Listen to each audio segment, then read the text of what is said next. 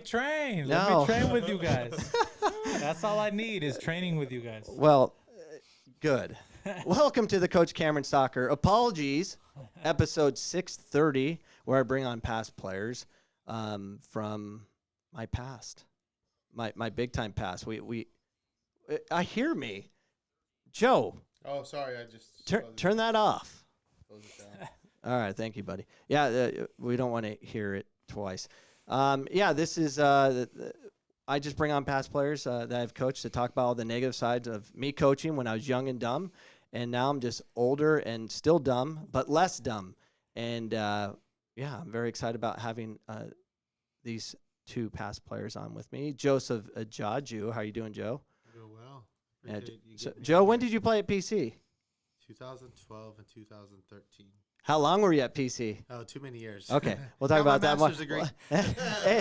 And Carlos Villa is with us in studio. He's had a couple beers, but he's gonna be okay. What's up, Carlos? What's up? How you doing? Good. You played in 2009 and then took a break because I scared you off. That's right. And then you came back in 2012. 2011, I think it was. 11. Yep. Where we have another drinking story to talk about, but we'll talk about that much later. Before we went to Tucson. Do I know that one? Yeah, it was your birthday party or something. I don't know. Something happened. I don't know. It is what it is. Let's get on with the show. But we are taking your questions live on Twitter, Facebook, YouTube, and post them up, and we'll answer those questions if they seem appropriate. If you'd like to be on the podcast, please email me at coachcameronpodcast@gmail.com for the link. And this Sunday is Valentine's Sunday, and I'm hopeful that Jonathan Cortez and Adam Garcia are going to join us and enjoy the show since they got nothing else to do. They have nothing else to do. You've been put on blast. And neither do I. Once you get the fourth kid, there is no Valentine. It's over. Podcast disclaimer. My podcast is an educational podcast about youth soccer development in America and the horribleness of soccer coaches out there. And we're going to discuss all those things. And everything I present to you on this podcast is purely for entertainment and potential educational purposes. And this episode is brought to you by, who's about to? Oh, Joe Jaju. What? So I want to, Check out that guy. Yeah, this episode is brought to you by Joseph Jaju, American Family Insurance Agent. You can find more about Joe at Joseph Jaju Agency. Now, Joe paid a lot of money to be part of this show. So, Blanca, I'm still waiting for the $100 check. You owe me $200 now, Joe. Do you know that? This marketing expense is adding up really quickly. It's a write-off, babe. Don't worry. Yeah. It is. Just like all of this stuff, right, Dave? It's all write-off. Feel free to comment, Blanca, if you want to talk about it a little bit more. But let's talk to Joseph Jaju and Carlos Villa. But before we get talking too much, let's show their some of their highlights. We have them. I'm gonna jump in this. All right, so here's Joseph Jaju. Yeah, let's see that. It's bad filming back then. Oh man, Seriously. That's a big goal, Joseph Jaju. Baby. Did you say Joe Jaju's ball? Semifinals. Let's watch that again. Semifinals against Arizona. AWC. Yep. At Rose Mofford. That was big time. I mean, That was a huge goal. icebreaker. Yeah, that we went 1-0 into half, yeah. and then Anthony scores 15 minutes in the second half. Oh, we won 2-0. Oh, and then we got 2-1. 2-1. And then that horrible referee gave Jason Arroyo his second yellow. That killed us because he couldn't play in the next game. That was another reason we were talking about earlier. Bad breaks. Oh my gosh. Anyways, that was horrible. I don't want to talk about that anymore. But Carlos Villa, you are listed as one of the top goals ever scored at PC, and here it is. Oh, the music's loud. Well, Carlos was better. There you go. Oh, look at that. That was against Glendale look at Community this. College. I came and celebrated with you right here. I think. That's right. Yeah, let's watch that one more time. So this is 2011 when we beat Glendale. Look at that photo. 5-0. I think that was our championship photo, 3v3. See ya. Yeah. Oh man, That was love good. it. So both of these guys, Carlos Villa and Joseph Jaju, were amazing players at Phoenix College. And I'm bringing them on to tell them both, I'm sorry. I'm sorry. Not so much to Joseph Jaju. Joe's pretty chill. He can handle Low a maintenance. lot of things. Well, Joe comes from the world of football where you're supposed to get yelled at stupidly over and over, and so I wasn't bad as a football coach going crazy. But Carlos Villa, I know I ruined you and a lot of other players. I don't think I ruined players that weren't technical like Joe because he could play system, but I ruined the creativity of the technical players, and I want to apologize. I'm sorry, Carlos. I was horrible. No worries. I think you can't condemn someone for how they feel at a certain time. People change throughout time. So I get where you're coming from. And you know what? As being younger, I also saw that side of it to where like I didn't care as much to what you were going through. It was just kind of being selfish and not thinking about everybody else. So I get where you're coming from, but I also was feeling some type of way because of what I was dealing with as a family and everything. And it was just kind of give and take to where it was like, you know what I mean? You were on the 2009 team, and that was a crazy year because that was a year with a crazy athletic director who's retired, thank gosh. Yes, you had a lot of pressure, and so all that pressure that you were getting was translated to us as well. Even though I'm sure you didn't mean it that way, but all that pressure that you got from that athletic director obviously translated to us, and it got us in a different kind of mindset. Even though we are very talented and we got things done, but individually some people felt it a little bit more. We're not used to it as much. But it was horrible. Reflecting back, because I'm a completely different coach now. I keep changing, trying to help the game versus ruin the game. You guys still won conference. You're the first team to ever win the ACCAC title. And to this day, no other program in Maricopa has ever won the conference title. That's how talented you guys were. And you had a crazy coach telling you everything what to do. I wouldn't let you guys go backwards. I was scared we might get scored on versus I had so much talent. Poor Dre, you, Brett Dreffs. We had so much talent. And you guys played together. A lot of them were 91 Dragons. But if I just let you guys play, you guys would have went even further. It was definitely insane just because the amount of talent we had. And it was just like, we all played, 8 minutes. Here you go.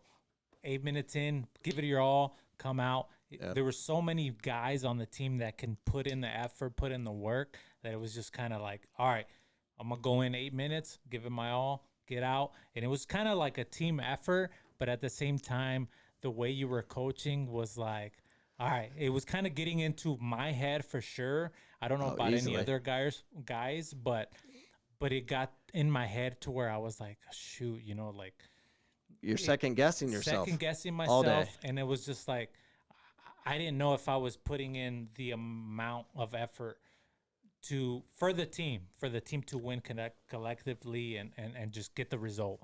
Yeah. And we did, and we played a safe way like most college coaches tend to do. They kind of put people through that kind of system.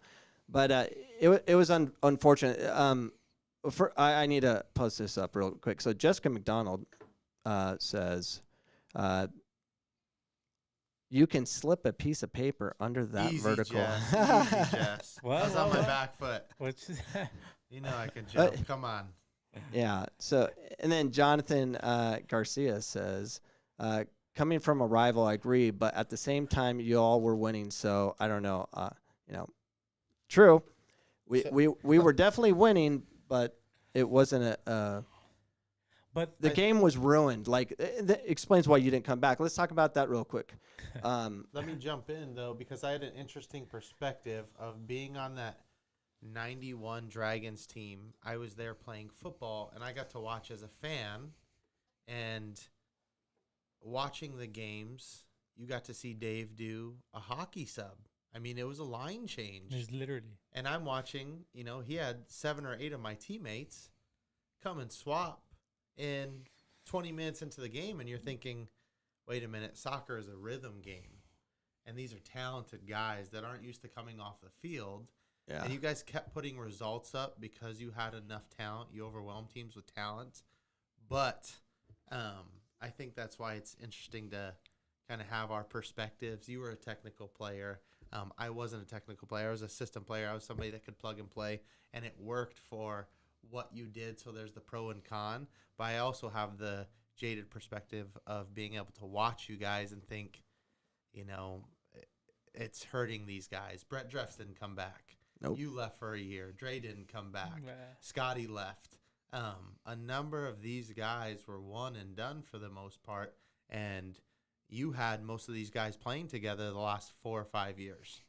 it was tough because we were so talented and such a great team that even though we put up results and we won, in the back of our minds was just like, I don't know if we were having fun at times. Yeah. Because even though we did good things, we would get chewed out all the bad things that we would do. Oh, And that it was was like added on top of everything. on top of even though if we won, Yeah. it was just like, this is what we did wrong, this is what we did wrong.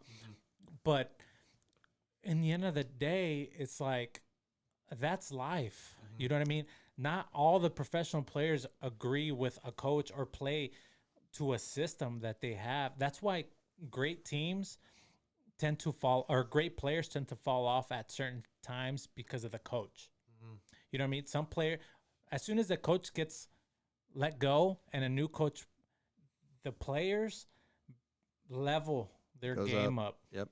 And it's just kind of a give and take with the coach and the player relationship as far as, your football and how it, grows as a team and individually is what it is. Yeah, no, I completely agree. And there's the old saying that winning cures all. And that's why it's funny to have this conversation now, a decade or 11 years later for you, that team, and, 8 years later for our team, which ended similarly, that 2019 loss in penalty kicks. and Heartbreaker. the semis, and we lost in penalty kicks in the finals.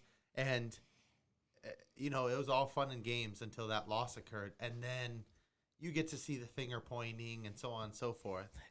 And then later in the years, as you go and watch the younger generation, you kind of see similar things, but you see a lot of change. Yeah. A lot of change that you wish sometimes you would have had.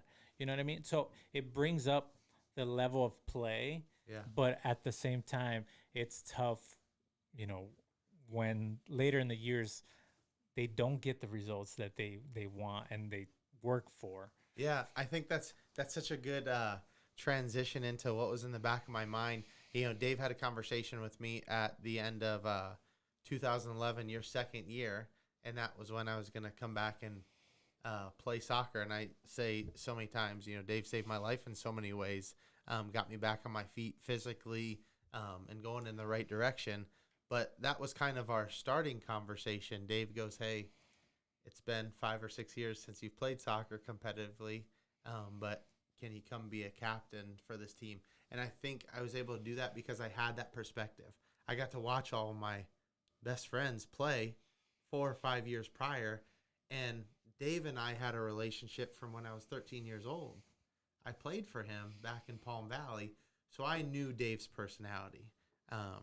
And it's so funny with Dave. So many people know David Cameron, and some cringe. And they hate me. Some cringe, like, oh my goodness. And it's because of the way things come out of his mouth. But I'll say this, not just because I'm in front of him. Anybody that knows me, knows how I feel about Dave. Dave will give his shirt off his back for you, but he can throw up information on you that will make you cringe and want to go the opposite way. So that's why that perspective of being able to watch all those 2009 players to the conversation of Dave saying, hey, come back and play soccer was, I can add some value. I can't touch a soccer ball very well, but I can add some value. And, now that, the years pass and, you're grown and you kind of see it in a different way, you kind of realize that you need someone like that. You need someone to push you to your limits.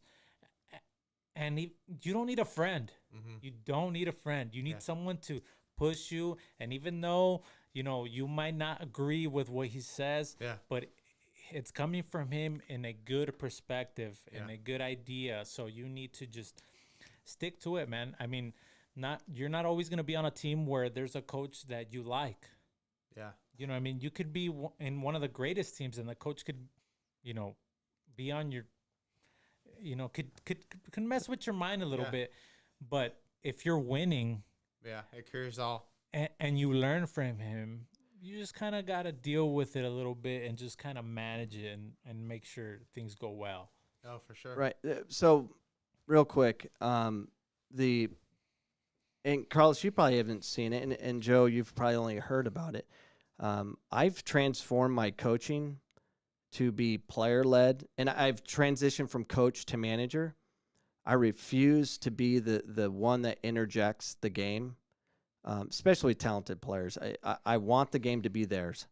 And ever since I did that, when I made that transition, Phoenix College men's soccer has been a completely different animal. And when I say that, it was December 2019, before going into the COVID year, where after our 2019 season, where we won conference again, by the way, fell short in semifinals, and I changed everything with PC, where it was, this is your game.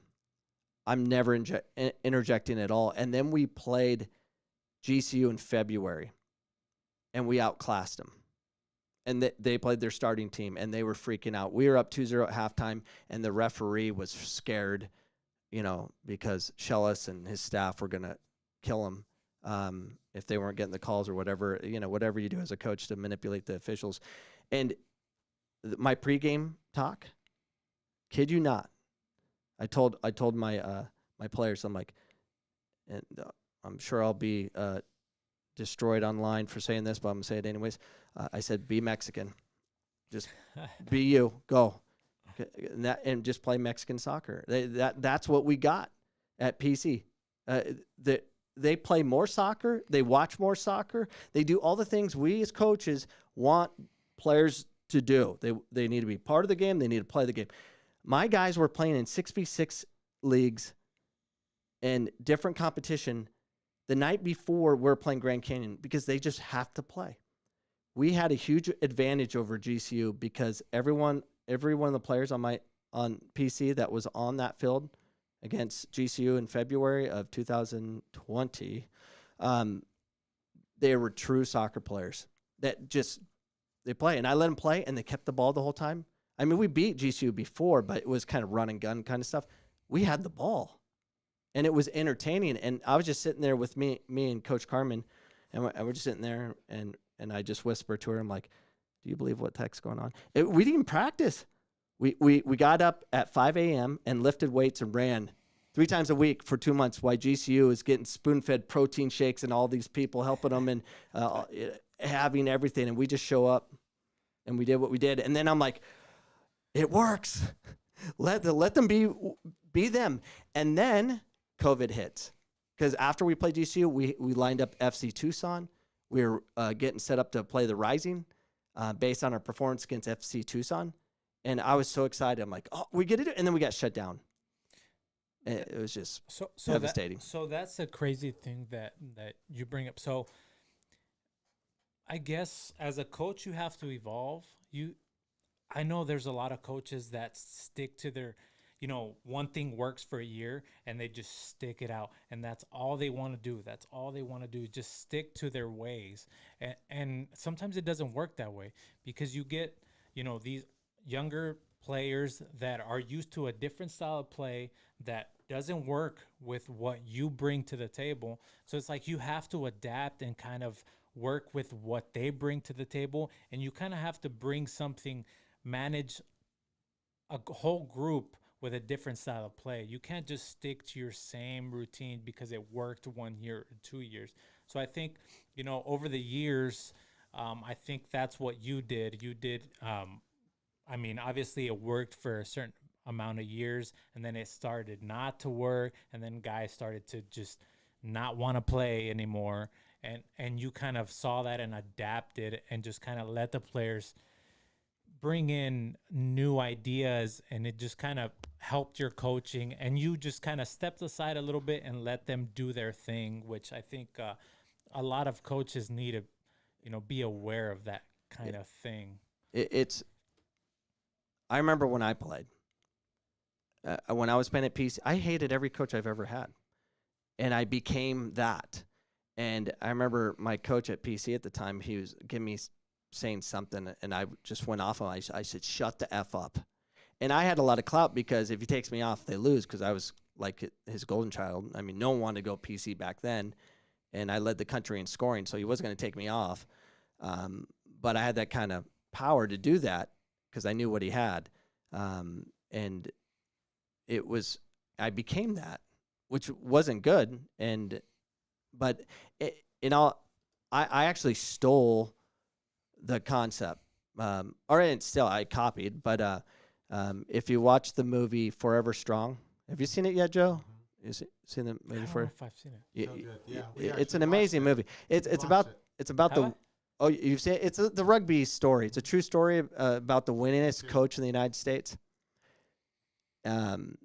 Anyways, he won like 28 national titles and only lost like 7 games in rugby. But I don't care what it is. You don't win those. You don't win like that in any ping pong on the YMCA. Yeah, I mean, he won, and it was never focused on winning. He just focused on a process. He just managed the players and met with the players one-on-one and just saw how they were doing and just make sure they're disciplined off the field. And on the field, they already know what to do. That he doesn't even mess with them on the field. So I stole it. It works. Should copy the best, and he's certainly the best. I want to show you something. So in 2013, this is here's the 2013 team. They won the second title. This is how practice would roll. So here's boy. the video. This is what we did at practice.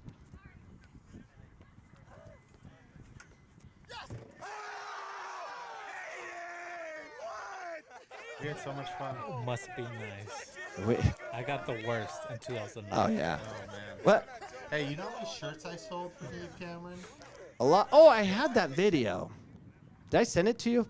Here's another video of what we did in 2013.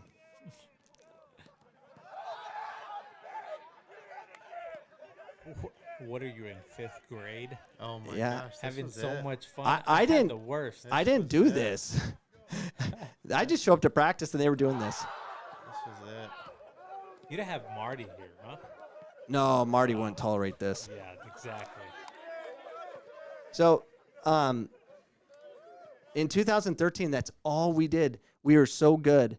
I didn't say anything. I always had fun. It was always fun watching the women's team. They were getting yelled at by Coach Zagar, getting just destroyed, just like go, go, go, and we were just having fun, and I had loved doing that because it was kind of mean because the girls are just looking at us like, why are we suffering so much? But it was a loosey-goosey atmosphere because we were that good. We were scary. And I just kind of just went into that mold, just chill. I didn't have to worry. Yeah, I think it was that first game that you got to see us play. Gateway. No, not well. Gateway was that, but we played AWC 3 days later and we beat them 3-0, and it wasn't close. Where? At home, where Yeah. Jesus chipped the keeper. Jesus chipped Oh, the keeper, yeah. and it was it was one of those things, and they were good. They were good. They've always been good. Oh boy, they were good. They came out and they were knocking the ball. They kept the ball for maybe 15 minutes, and then it was like a light switch went. And when we scored, Oh boy, I mean Sway and Anthony and Good guys. Jesus. Zazueta. Yeah, Nene. I mean, the dude had ice in his veins. He was probably the least talented of those three forwards. But he scored he a could goal. finish. He scored a goal that it was demoralizing for that keeper. And it was from there on. Even when we went up there, Oh yeah, we scored 6. yeah. And Nene juggled over the keeper. Yeah. And Sway had that 60-yard Turn and run. breakaway. And then what's his name? Not Rio. Sakai. Sakai oh, hit that one from killed that 40 spider. Oh my gosh. Oh my goodness. That team was special. I mean, Sakai's still in the Bundesliga. Yeah. He went from Phoenix College to the Bundesliga. Yeah. I guess I have a question for you. With all the teams that you've coached, when can you tell that you have the buy-in?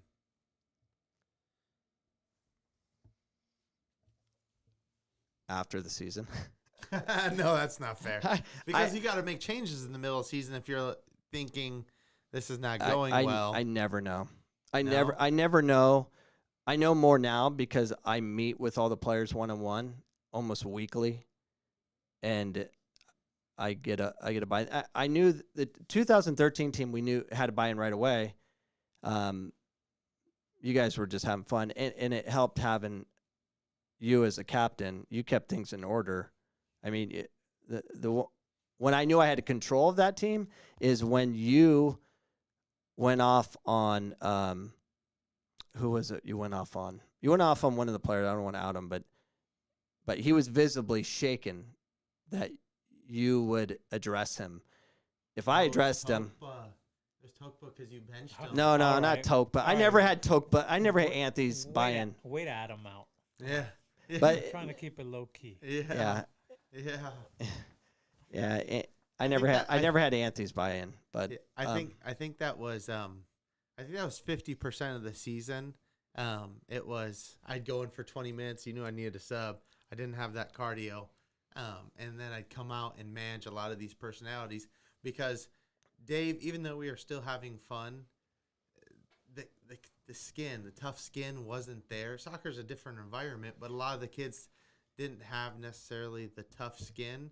And Dave pulls a guy after 10, 15 minutes. Then I'm there massaging the situation, saying, hey, listen, buddy, you have a spot in this team. You still have a role. You can't sit here and mope on the bench. And we still had a way to have fun. I think it's just it's tough to be a coach. Period. Oh, yeah. You have to manage all kinds of personalities, and you have to make sure the team is a whole group. Yeah. You know what I mean? And you have those superstars. You have those guys that think are better than the others. And you just kind of have to manage everybody to the same level to where it's a whole group and they're all on the same page and kind of just work off of each other to be something great, a great team, a great year. Yeah. It's tough when people, have other issues at home, Yeah. Other issues going around themselves that obviously that is more in their heads than what's going on, in college on that team. It's just tough to manage. Oh, for sure. The year after, Dave actually had that 2014 team. I would argue that they were more talented than our 2013 team. And let's not throw any names out, but Dave had a few forwards on that team. And Dave pulls one of them, one of the first couple games. And he comes to the sideline. He throws his bib. And I was there as assistant coach. And I go over and I talk to him. And he looks at me. He goes, I don't let my parents talk to me that way. You think I'm going to let him talk to me that way? And I remember I felt like I cut him at that moment. I had no power to cut a guy off of Dave's team. But I was like, there's not a place for you here. And he's like, what? I was like, there's not a place for you here. And he walked into the stands. And I was thinking for a moment, I was like, I can't do this coaching thing. No way. No way. I can't go tell Dave that I just told this kid this. But I can't believe he told me that. And that's another thing, too. When your parents start to get involved in what's going on His the parents field. were waiting for him at the gate. That's another thing to where, you get where they're coming from, but at the same time, you're playing for someone that believed in you, that gave you a scholarship, Yeah. that did all they can for you. And you have to have that certain of respect for them to where the parents should be just, hey, if that's what he decides, you want to come off the field, that's his decision because you're not doing what you're supposed to do on that field. So it's like it's a give and take to where like that's a lot of That's at home. It's at home. It's so funny. Dave's really talked about soccer starts at home over the last half decade, and it's even more than soccer starts at home or football starts at home or tennis or whatever your sport is.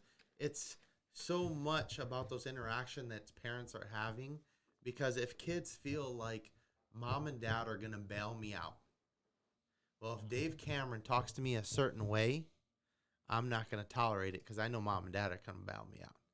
I guess that's the difference. I knew in my household, if I had a problem with coach and I was going to go after him, I'm not only going to have to deal with him and his repercussions, it's going to be worse when I got home type of thing. And that was just a different level of fear that forced you to respect, but it's different. It's very, very different. And that's, you hear so much more now about coaches being player coaches, where it's friends and so on and so forth, which, it works for some. I'm not of that mindset of what you just said, 10, 15 minutes ago. You don't need a friend. You need somebody that's going to mentor you there, push you, and, help you grow as a person. I think down the road, it's a different story. Now we're doing a podcast 10 years later. I think pushing you to your limits, to where like you're at the, you just kind of want to quit, but you're at the same time, you love your teammates. You want to be there for them. You want to grind. You want to be a championship team. I think that's where you become great, to where you're at your limits to quit, but you don't. Yeah. So let's all right. Who's Jonathan Garcia? I know like He knows us. yeah, I know like 3 Jonathan Garcias, but He used to be a GCC assistant coach. oh, Jonathan Garcia Yeah. and I. He's the grew enemy. up He's together. the enemy. geez, is Glendale he's- gonna even he's have a team? Yeah, he played for This- Cisco. Oh, Yeah, well, Yeah. he and I played together Yeah. when we were 7, 8, 9, 10. We had so many memories. Went to school So- together. What's up, Johnny? I think coaches interject in such a way. I mean, it's good to have a coach that's going to teach discipline and all this stuff, but when the game's going on, it's the game, and you got to stay out of it and fix it after. It's a test. You need to be able to play without the fear, just more problems. Anyways, I think the stress and anxiety that coaches and programs bring on to kids brings out the worst in them. Having said that, check out this body slam. This is awesome. Jackson investigates a local child could face charges after a violent incident on a local soccer field. And this is the video behind us. You can see the Take sister that! being pushed, punched, Dang. and then body slammed by an older player. The younger child's mother calls it That's a criminal. good throw. Jackson investigator Ben Becker reports it is now up to the state attorney's office to decide whether to prosecute. What? He's done Yeah. this a few times, huh? Yeah, So it all went down. Now, soccer is a contact sport, but one local mother Sometimes. contacted the St. Johns County Sheriff's Office because she says things went too far. An ugly moment in the beautiful game of soccer. pushed him.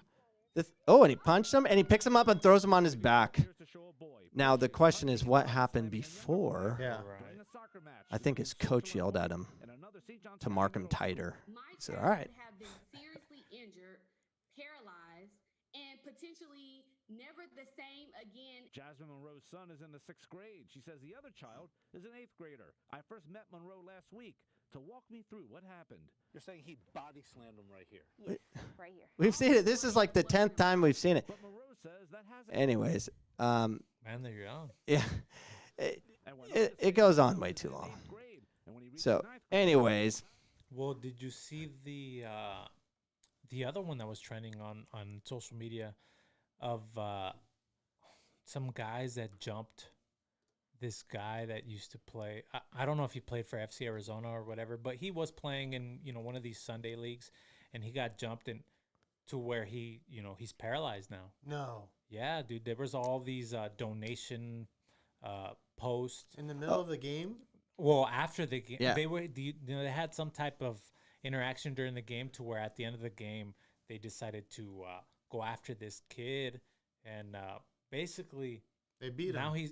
now he's paralyzed, and now he's trying to organize some donations to try to just survive. It's terrible.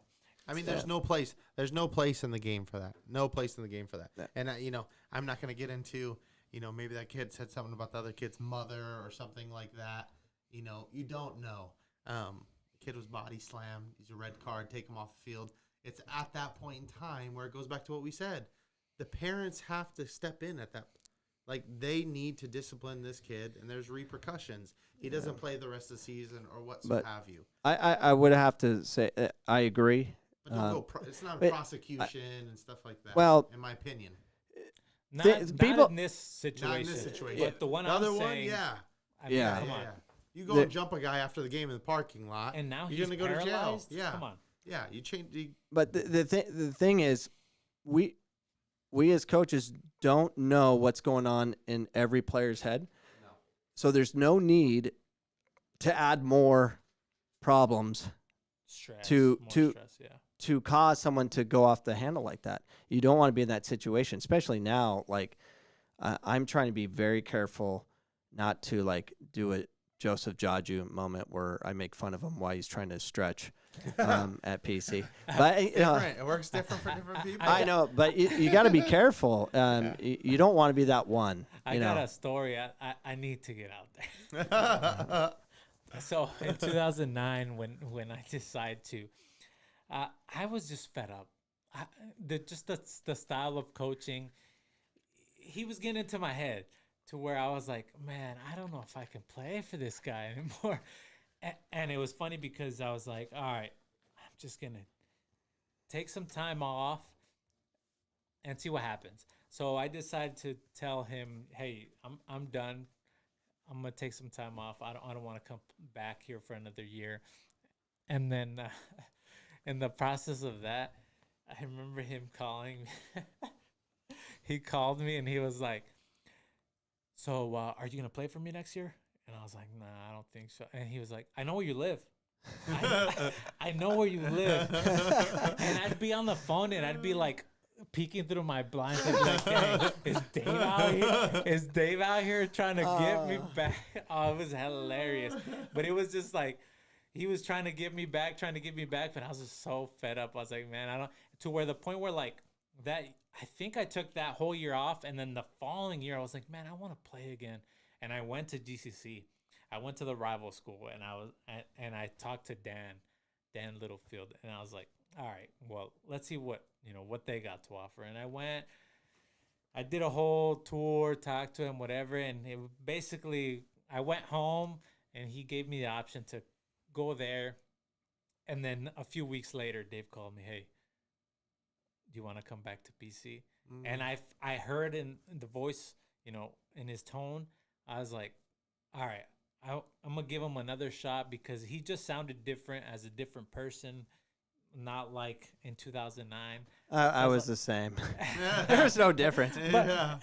And so I come He needed back. you. Hey, but I came back and it was like, at that point, a year later, I was just like, I took everything as a joke. It was funny. It was you fun. that changed. It was funny to me to see him angry Yeah. all the time and chew us out. It was just funny. Yeah. It was funny to me. I took a different perspective. Exactly.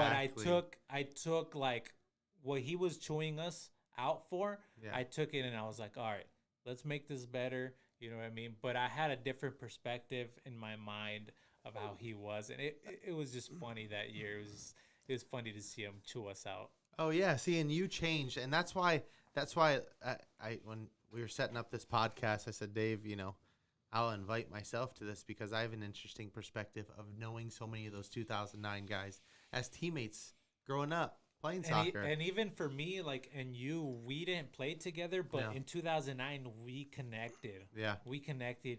We became very good friends Yeah. to this day. I consider you one of my best friends, and you saw how I was during those years, Yeah. and you were on the outside of it. You Yeah. weren't a player. You just saw how we were, and you saw his perspective, my perspective, and how we kind of became as a team. Yeah. No, for sure. And that, like I said, I felt so jaded about it because I knew Dave had a core group of guys that if he could get them to buy in, they would run through a wall for you. I mean, if you look at my best men in my wedding, I mean, 7 of you guys were my soccer guys, or five or six of you. So whatever it was, but I talked to Dave about that. I talked to you about it. I talked to Roberto about it. Such a solid core group of guys. And unfortunately, at that point in time, the mentalities and the personalities and the maturity at that age as an 18, 19-year-old with Dave's personality, it was oil and water. It didn't mix. I couldn't even sign my own contract. Yeah. I came to PC and I had to bring my mom to sign for me. At that age, the mentality is so much different. Yeah. So much different that I wish, it's tough. It's tough because at that age, you don't care about anybody else but yourself. Yeah. Oh, for sure. I mean, let's put Dave on the hot seat here. It's funny. Dave talks about things that he would say that wouldn't offend me because I played from football. I played for a football coach in junior college that I once made a bad play that he told me he would trade me to another team for a water cooler. And they were the ones getting a bad deal type of thing. So you come over and you play for Dave and it's just like, okay, well, what can we expect? But you hear Dave yell at somebody and, tell them, hey, you're worthless or something else like that. And they're done. And I was sitting there as when I came back and played for him in 2013, 2012, that's 7 years. I was 23 years old. And at that point in perspective, I would cringe, but I knew it was his frustration. And Dave's a competitor. I mean, we're talking an All-American pro soccer player, whole 9 yards. Dave didn't mean that. And that's where I could deliver some value to these 18, 19-year-olds. It's like, hey, Villa, you're not worthless. Don't listen to what he said or how he said it to you. Remember, you still have a place. He's just in one of his own moments. And that's the thing for me and maybe for other guys that, join the program is that I wasn't used to a coach being that way. No. I was Not used to being a coach. I saw a coach as my friend. Hey, do this, do that. You know what I mean? Light. Mm-hmm. But when I joined PC and Dave was my coach, he would chew us out for everything. Yeah. We might be winning the game, but we would still get chewed out. Yeah. So it's like some of these guys that are coming in young aren't used to that type of coaching, and it's like it hits you. It hits you because like now all of a sudden you think you're the problem. You think you're not giving it your best, and it's kind of it's just hard. Yeah. And mind all you, those monsters that he had. Oh, dude. Yeah. Still on it. A few monsters. You're still on it? A few I monsters. thought you quit. I did, and now I'm back on it. Oh boy, it was a COVID. monster, and then a few freaks out of his mouth, and you're in trouble. It was like, oh Did- boy. Did my teeth ever fall out? Yes, you sneezed, and I almost threw up. It was disgusting. Definitely. Sitting there in his office, and he sneezed, and his teeth came out, and I forgot that they were fake. Freak was his favorite word. Freak. Oh boy. Jeez. And for the ones listening, perspective student athletes at Phoenix College, I'm not the same person. I'm actually pretty chill. I'll keep you accountable, but I'm not going to ruin your life completely. I'm going to let the game be the game and hope that you show up. I have 2 rules at PC. Show up and be on time. That's it. And if they don't do that, then we have a one-on-one conversation. We talk about how we can fix that and how they're not going to be playing that much in the next game. And that's all I can do. And I'm never, ever robbing the game from anyone I coach ever again. It doesn't work. It never has worked. What about how about celebrations? Do you still condemn those? No, not at all. Not Not at all. You remember? I remember when Oh, I boy. remember before a game, he was like, "You better not celebrate. We don't need no yellow cards, no red cards, no nothing." Yeah, and I remember I scored and I started celebrating. Oh, I was He was the one I hugged after I Hilarious. ran. Hilarious. After I ran to the side, he kind of pushed me away. Oh, but it was funny. It Yeah. was yeah, so much fun. Yeah, the officials were nuts. The officials didn't like me. It took me a while to get the officials to have like 2 years of saying nothing, attacking the officials. You deserve everything the official did. Listen, how about you know Pima? how? Listen, you remember? Pima, I already knew. No, hey, no. Let's not. We even- swept Pima yeah, last year, let's- by the way. Let's not even get into all the details. I remember we But went to Pima. there's He a was certain like, month where forget we about wear it. pink, right?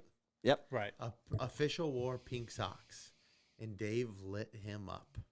We can't repeat what Dave said to this Why? official. I don't even remember that. Pink Oh boy, socks. I do remember. And this official was one of the officials that were more lenient.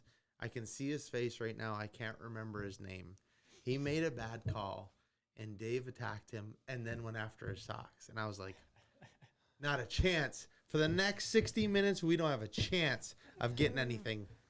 Leaned over to Paul, and I was like, we're dead in the water. Dead in the water. Yeah, I had anger issues. Those- Still do, and I just Those were the ones that I remember the most. Was that we would have to travel to Tucson to play them, Yeah. and he'd be like, "All right, let's just hope for a good result, and don't talk to the refs. Yeah. Don't even don't even look at them.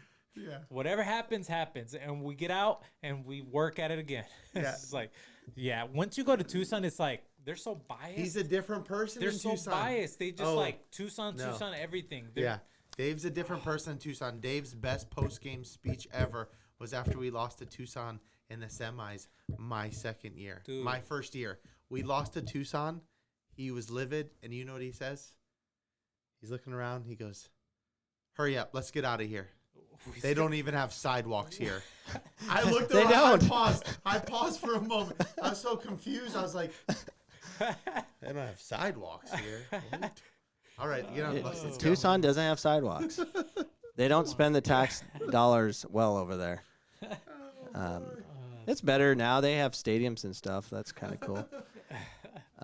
But yeah, I mean, they would just get the outer border of the sidewalk. They never complete it, and then it's dirt in between. I don't get it.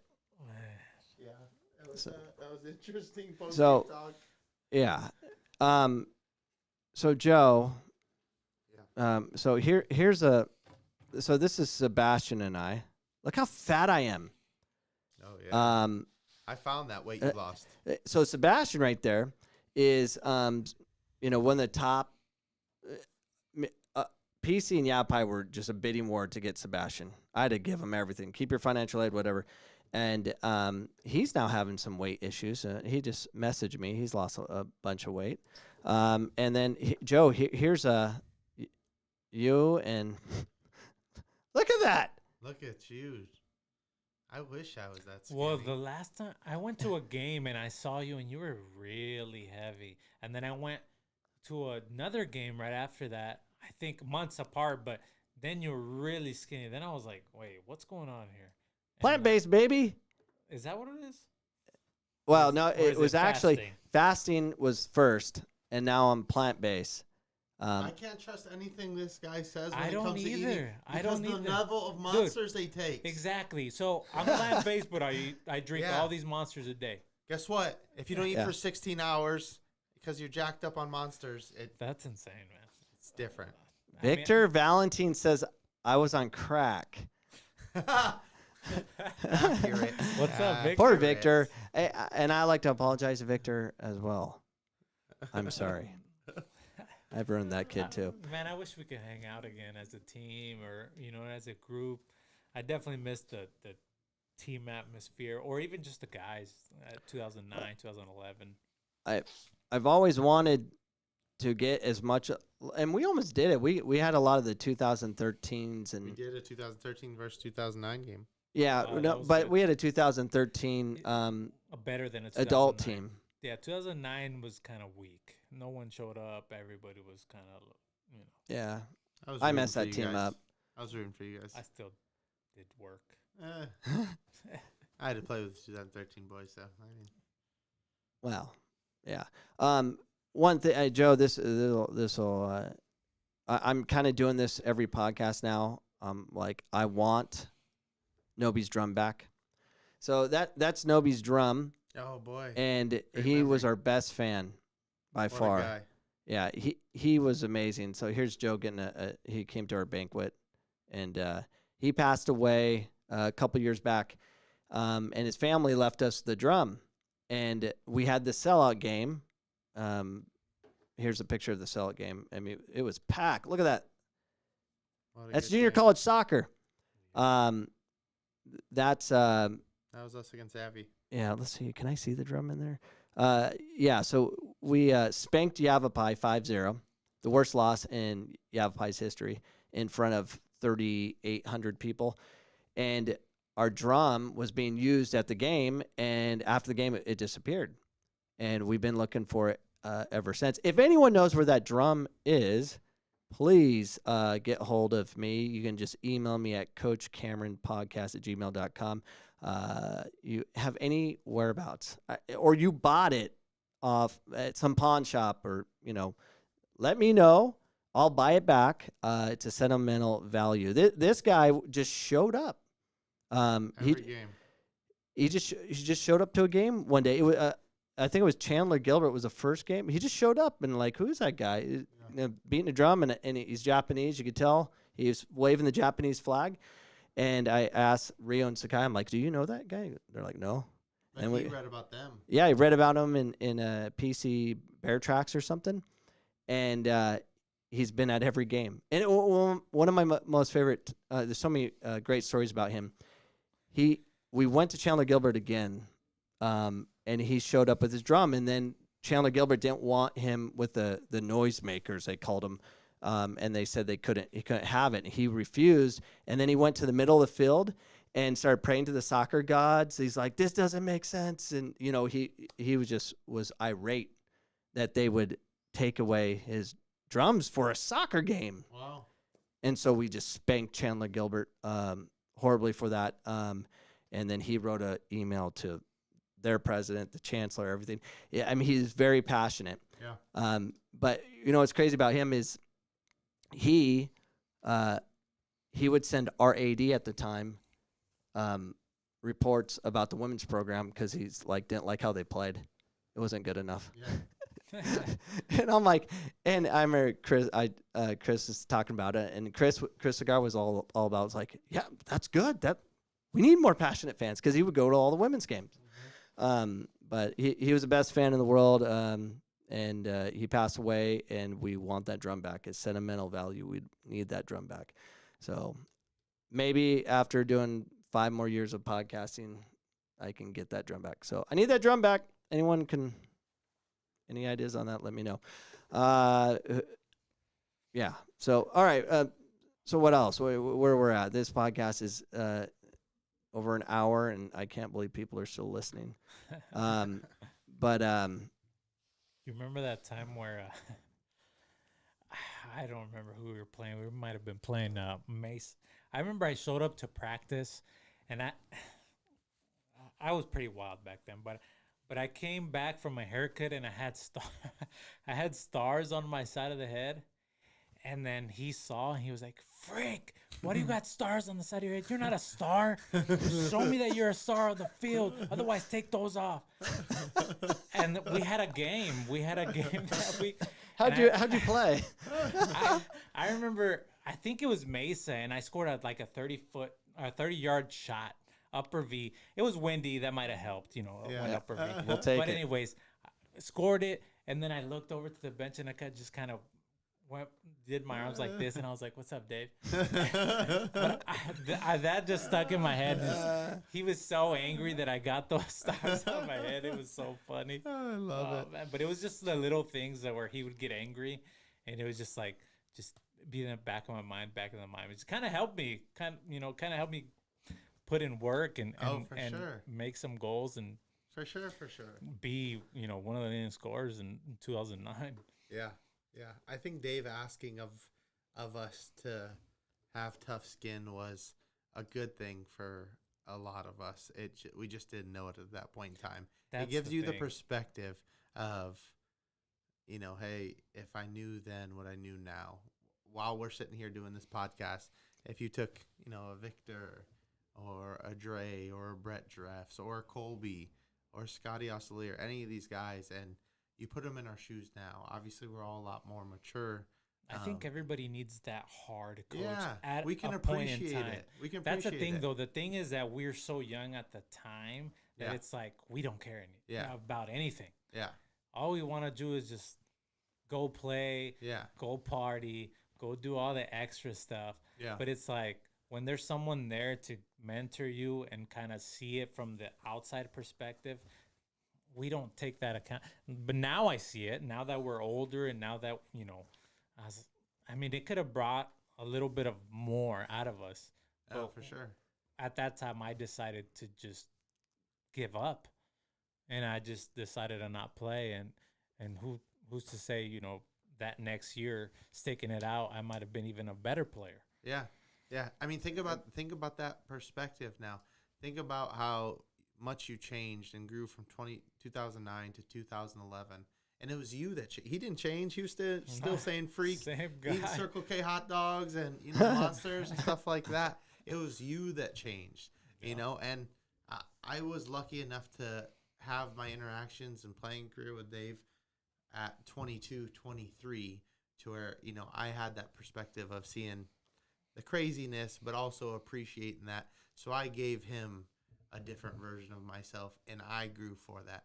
I think about like life now for me in business and personal life and stuff like that. So much of what I have is because of the relationships that spawn from Every year. those playing time. And I think that's one thing where I'm grateful that I went to PC, and I'm grateful I didn't go to GCC that next year. Grateful I came back just because just the team atmosphere, the friendships that I gained. Some of the teammates are still my friends to this day. We're talking about 10 years plus, and it's honestly it was probably one of the best times of my life. Yeah. Going to PC, the hangouts, the focus that we had to be very focused to win games. And it was just the competitiveness that brought out by him that that got us to the next level and got us to win, that conference championship. And when you go through struggles and stuff and you overcome them to a certain degree, you're gonna find that bond. You're gonna find that joy versus just handed something. But I don't want to confuse our audience at all. What I did, I always mean well, always meant well, always, kind of like we talked about a little earlier with. I deal with so much crap. Like I'll get a call, I got in a car wreck, or I'm in jail, or I didn't go to class. You name it. I heard it every flipping day, and I kind of took it out on the team. But if I allowed you guys to play and handle things one-on-one, there's a way to handle things. What I did back in 2009 through 2018, I had good moments. Of course, I think all coaches do, but it was the worst way to manage a team. It's not the way you do it. I cannot change. I think, Carlos, you would grow, you would develop regardless. You just happen to be in that environment as you were growing as a human being. But I did rob you of the game. I robbed a lot of players of the game because I should allowed you to play it and enjoy it for what it is. It should have been the true carrot, the enjoyment of the game where you still had to maintain discipline. You had to be accountable without the ridicule and being told what to do every moment. That ruins it. So there's good and bad in all coaches, but there's in this country. Our coaches, and I'm sure it's throughout the world, coaches ruin the game, and they need to stop. It has to stop. It is what the players can solve it. The players are pretty smart. We have to allow players to be players. I always want to relate to skateboarders and BMXers at the X Games. They are freaks. Like they can do anything because they don't have someone in the ear denying them of their creativity. And I never want to be in that situation again, and I will never do that again. And I'm having more success. So I think as far as like the U.S. national team and coaches, like we said before, coaches, sometimes people don't blame coaches for what happens. Sometimes they say the players are responsible for results or for anything that comes to. As far as results, sometimes people blame players a lot more than coaches, but at the same time, we see a new coach gets hired and boom, the players just decide to, I don't know what it is, but the players play even better.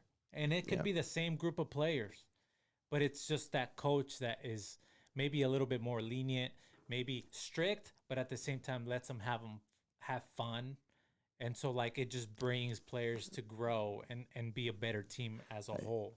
I think the game already presents nerves. You already want to win. That's just going to happen. And when you can get players to kind of deal with those problems, like, be passionate about it versus waiting for mom or dad, i.e. coach, to deal with it, it's different. Being handled and disciplined by your players, as far as, you got to be accountable and stuff. We're trying to perform. We're actually getting a chance to play the game.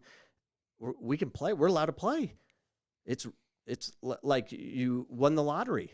It's that rare, and it's different. And I'm so far from figuring out how to coach right now, but I'm so much closer to figuring out a better way, knowing that I'm always wrong, but I'm less wrong than I was before.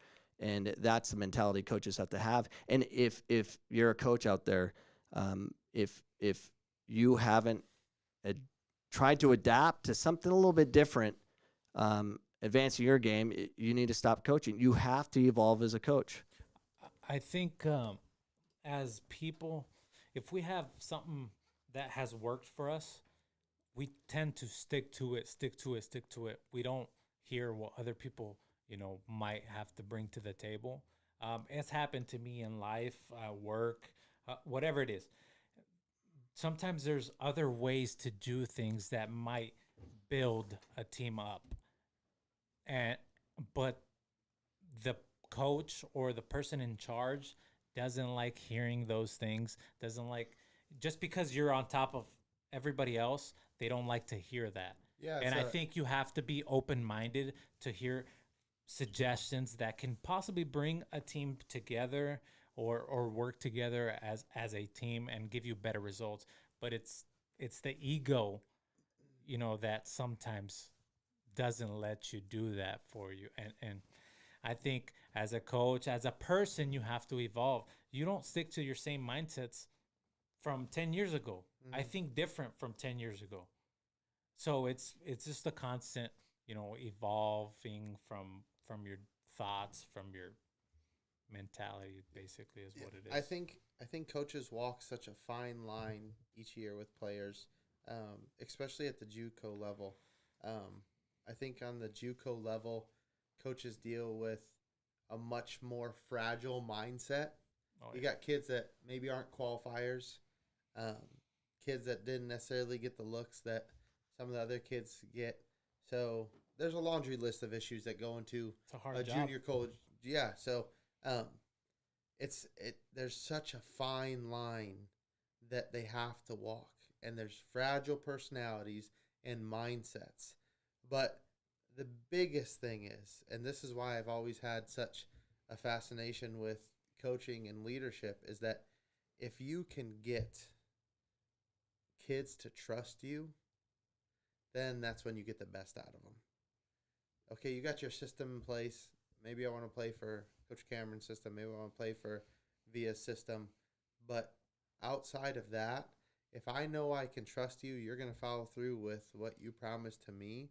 That's when, for me personally, I'm going to run through a wall for you, because I know I can count on you when I need you most. To go back like 20 minutes into that 2009, 2013 conversation, I love my 2013. Super talented. I mean, just absolute studs all over the field. That 2009 team were the guys that, I grew up with. And I mentioned the word jaded when I talked to Dave about how I felt about watching him coach so many of those guys and you guys and stuff like that, because I knew so many of those kids. They just need to know that you're bought into them, and these were warriors. Oh, you I know, think about the that. Scotty, the Dre, the Kobe, the 2009. Brett. You know, these guys are. I think about it all the time. And it's been how many? 10 plus years. I think about it all the time. How talented we were. Oh yeah. And how, I mean, it just happened to not progress. Like, Yeah. we lost fair and square. We lost. It is what it is. Mhm. But we were so talented. We were a great team. And it just didn't follow through for us. Yeah. It is what it is, but I think about it all the time, man. What a great group of guys. Yeah, you were handcuffed. It was a fun year, and we had so many things going against us. I mean, I had to I sold my $10,000 treadmill to pay for scholarships. We didn't even have jerseys. No, we had T-shirts. T-shirts with numbers on. Dave had me at least sell. And we at had- least, we- I sold we at had least some- $2,000 worth of shirts. We had dude. some prison, I just wanna some let you know. prison style jumpsuits for warm-ups. Those That's were what we had. sweet. Yeah. Those were sweet. Gee. Yeah, I actually have. You still have them. I have a pair of those. Oh my god, Oh, it was boy. crazy. That year was crazy. There was so much going on that Yeah. it didn't work out for us. Yeah.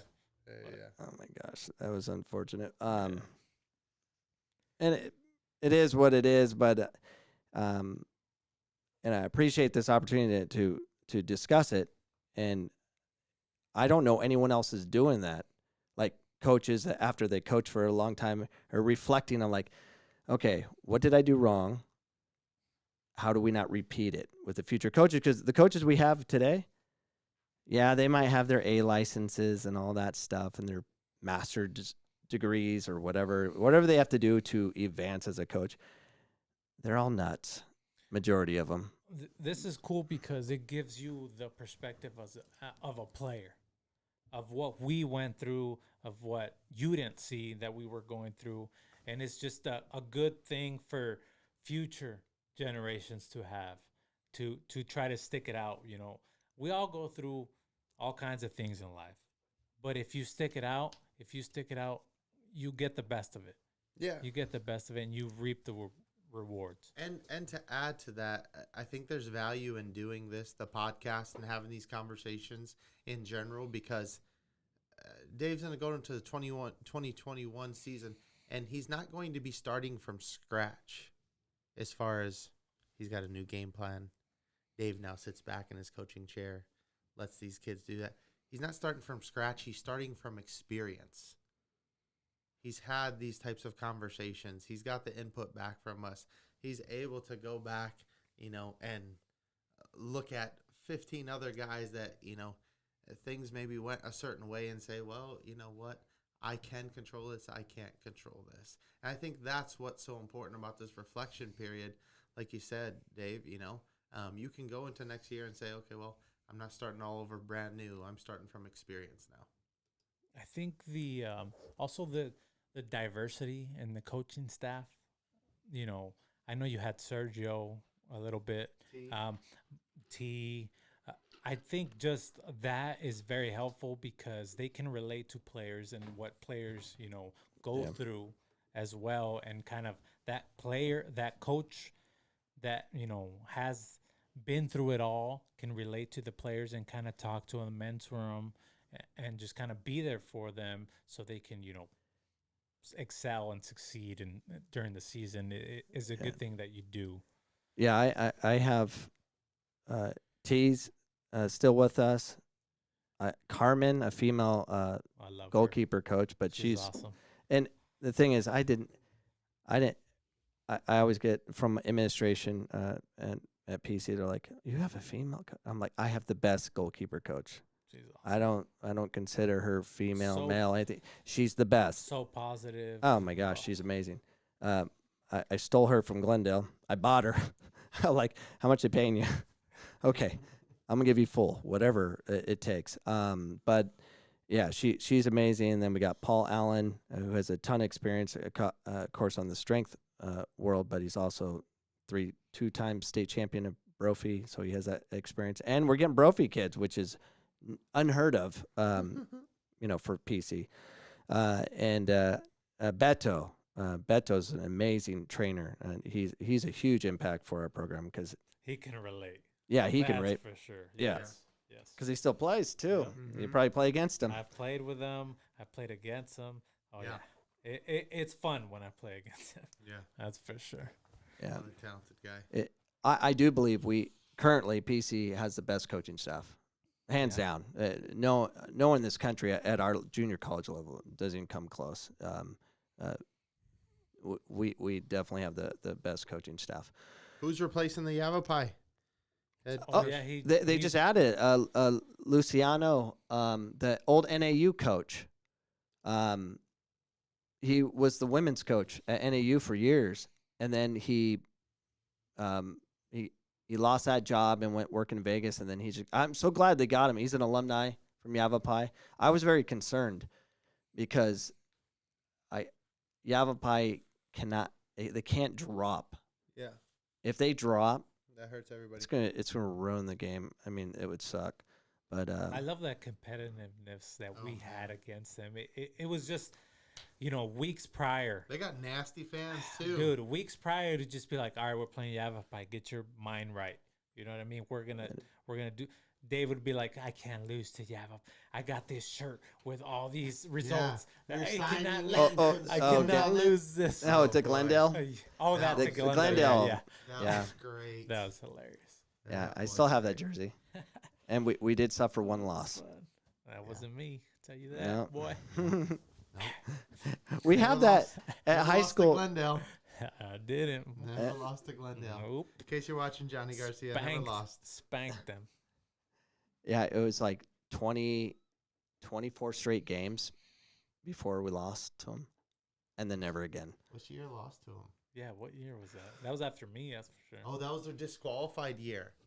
No, Oh, it was no, that doesn't count as a win. We won Oh, that. yeah. That's a win in our Oh, category. yeah. Don't talk about I got that letter. Oh yeah. We won. Oh man. Yeah, we won. I'm pretty sure I they found a blamed- way.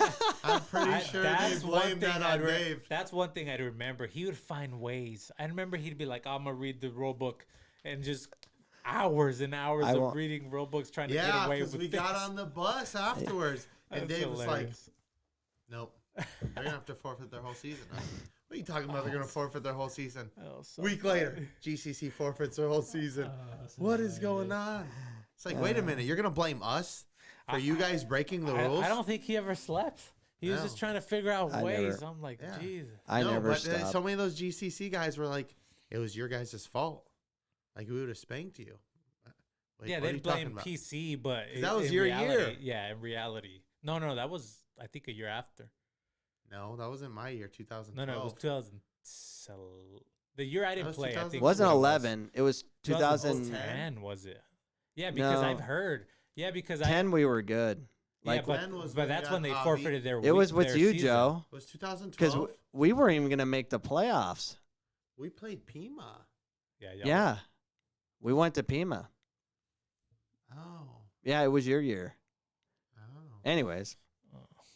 Yeah, and that's not a way to live life. I didn't sleep at all because I was so concerned about winning versus it is what it is. Let it happen. And yeah. just the talent will find a way, and there's no need. I mean, it's not a good way to live. I mean, the amount of years of life I lost doing what I was doing. It's just, But even after we played, I would still go watch your guys' game, and you had a different mentality, and you had the talent, man. The talent was crazy, but just sometimes it just didn't happen. It just didn't go PC's way, and that's just something you have to just take. It is what it is. You know what I mean? and I'm not focusing on winning ever again. It's a I just, byproduct. I'm always going to have the talent, just where we're located and all the years of past teams, networking for us and the sellout games always helps. We're always going to be good, but I'm so excited to get back because to allow the players to play is going to be different, and it's going to be something special. Jason Johnson says Jason. it was 2012, but we played Glendale in the last game, and it didn't matter what happened for seeding, so you just Oh, benched everyone. So that was my Oh, year. that's right. Oh man.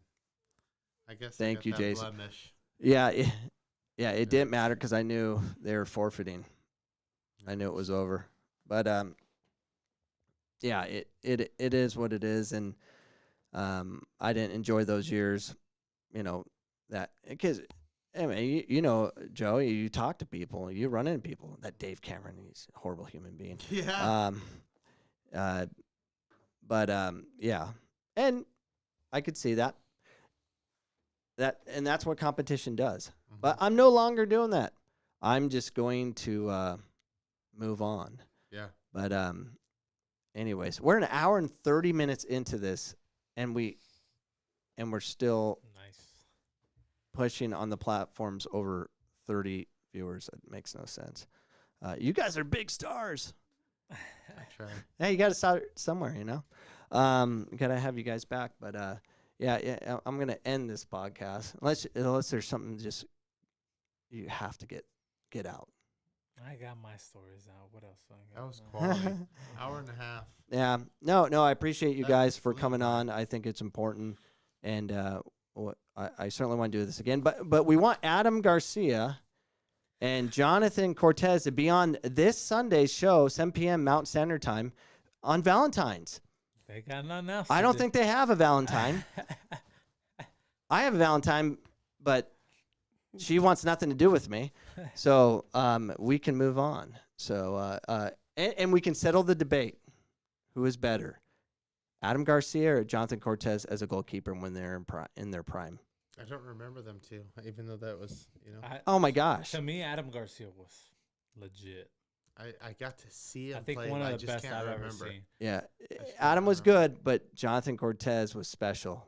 I mean, don't remember his him. I never his saw arm him. extensions, his extension, his arms, and his ability to make saves was ridiculous. Now, Jonathan Cortez would put to the fire because his teams weren't that good. He was put to the test. He was on the first Maricopa County champion team where we beat everybody twice in Maricopa. But yeah, so it's I'm excited. They've been crying about this for years. How about let's do a 6v6? Have those two goalkeepers on each end. Goalie wars? And see what happens. Well, we could. I guess you're right. That's kind of tough. You can't go and look at Cortez's record. You see a 3-0 or a 4-0. And then Teams Garcia got to teams play matter. for the Yeah, teams 2009 matter. team. Teams matter. Yeah, but he was definitely good, and we definitely want to put it to the test. Who had more letters between them or offers? They were good. Jonathan Cortez was supposed to go to UNLV, There and he you go. goes to flipping NAU Oh, that's news. to follow a girl. So I it didn't know totally that. Oh. it totally goes Oh. with Valentine's. Oh, Oh. boy. Will you be This is- mine? This Gir- is new to me, gir- Cortez. I Now was know. ticked. I was ticked. You've been blasted by Dave. Girls, ticked. girls, huh? I tell you what. Girls ruin everything, Seriously. except daughters. Daughters are awesome. There you go. So, all right. Well, Awesome. thank you guys for coming on the show. I really appreciate you guys coming on. This was fun. It is fun. Yeah, I'm trying to get you guys off, but yeah, we are out. That is the show. Thank you so much for coming on. I want to thank IT Ryan. No, she wasn't able to be here tonight. She would have made a better broadcast. I had to do everything.